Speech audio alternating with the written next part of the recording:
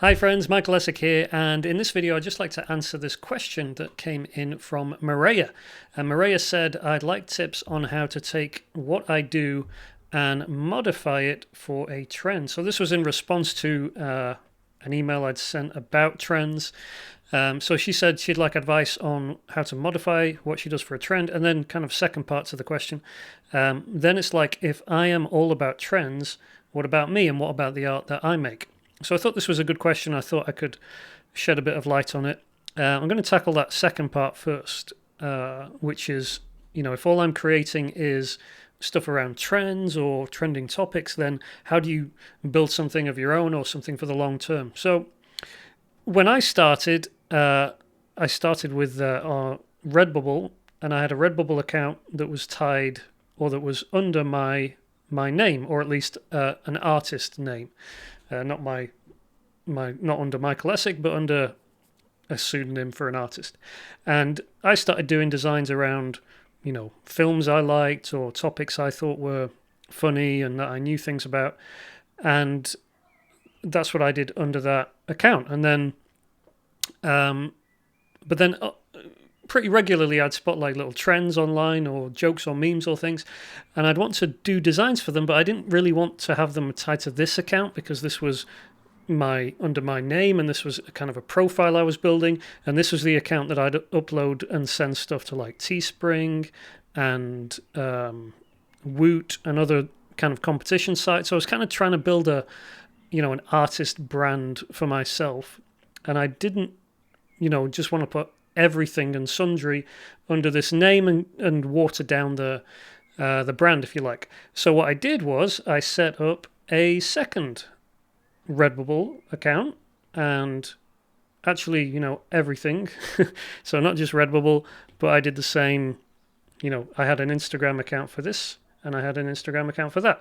I had a TeePublic account for this, I had a TeePublic account for that, and this was my dump everything brand. So this was not under a name like an artist. This was under a brand name. So I came up with a brand name that I was happy with, and this is where I would stick those designs which I was maybe not personally proud of, or they were kind of dilute this, but they were on topics that were hot. They would have very like quick sharp sales and lots of stuff that was very kind of fly by night, short-term trends and that kind of stuff.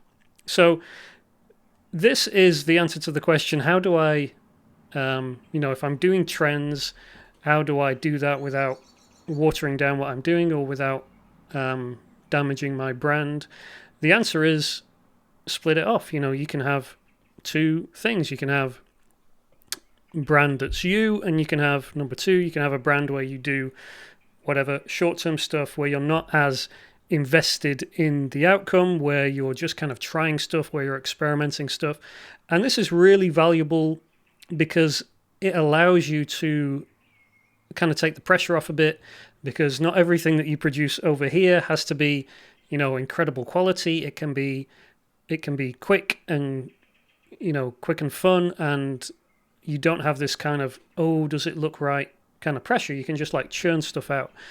And I think that's a great way to separate things, to keep things kind of clean, and then you can still have your own thing where you're doing, whatever, your own style, maybe targeting a particular niche or topic that you don't want to water down over here.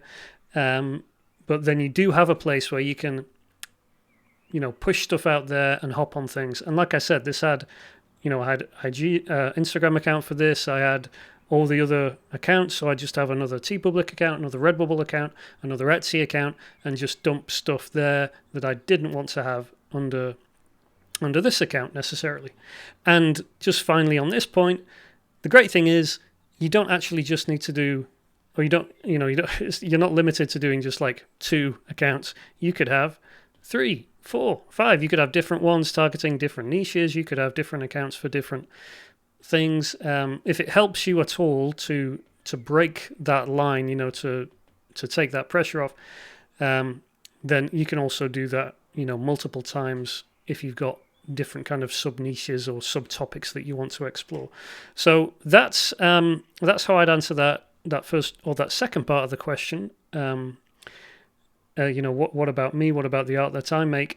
And then just to address this one, how to take what I do and modify it for a trend. So this is more like, how do you take something, let's say you've spotted a trend, how are you going to actually create something for it, still kind of related to what you're creating? And this, again, I think comes back to the same kind of problem, which is you as an artist versus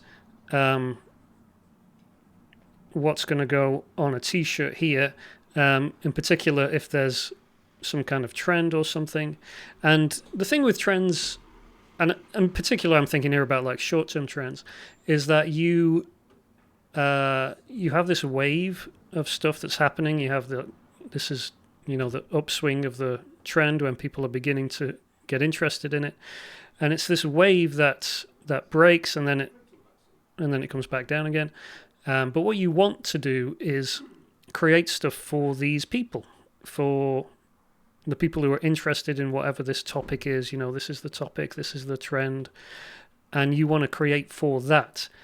And that can often be in kind of contrast with what you want to do, or the style, or the typical approach of your work as an artist. You're looking at this and going, well, I can see there's a trend here, but how do I fit my style into it? And I would just say, forget that. Just focus on the topic. Focus on what the topic is about. And just to kind of give an example here, or and really what this is about is the strength of the concept. And you want to be serving the trend by giving it good, strong concepts. And oftentimes, if artists are trying to shoehorn the trend into their style, you're just, it's not worth doing. It's not going to help.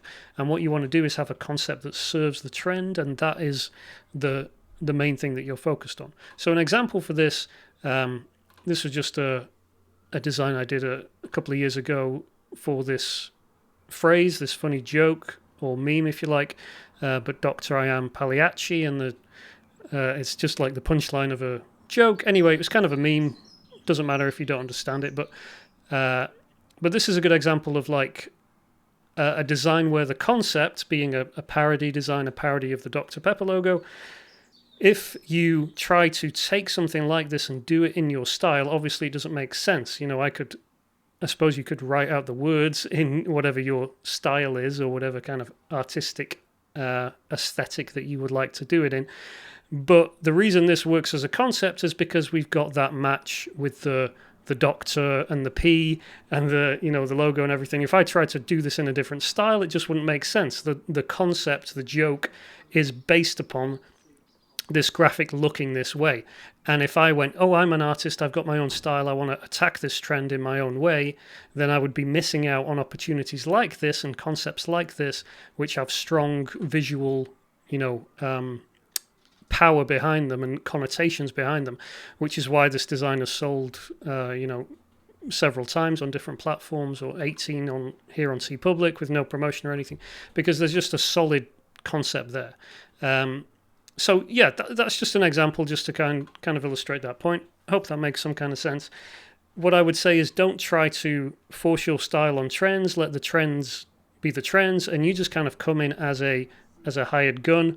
And you come in and say, what are the concepts, what are the jokes, what are the designs which are really going to connect with these people around this trend, and let me just design in that style that's going to be most appropriate for that.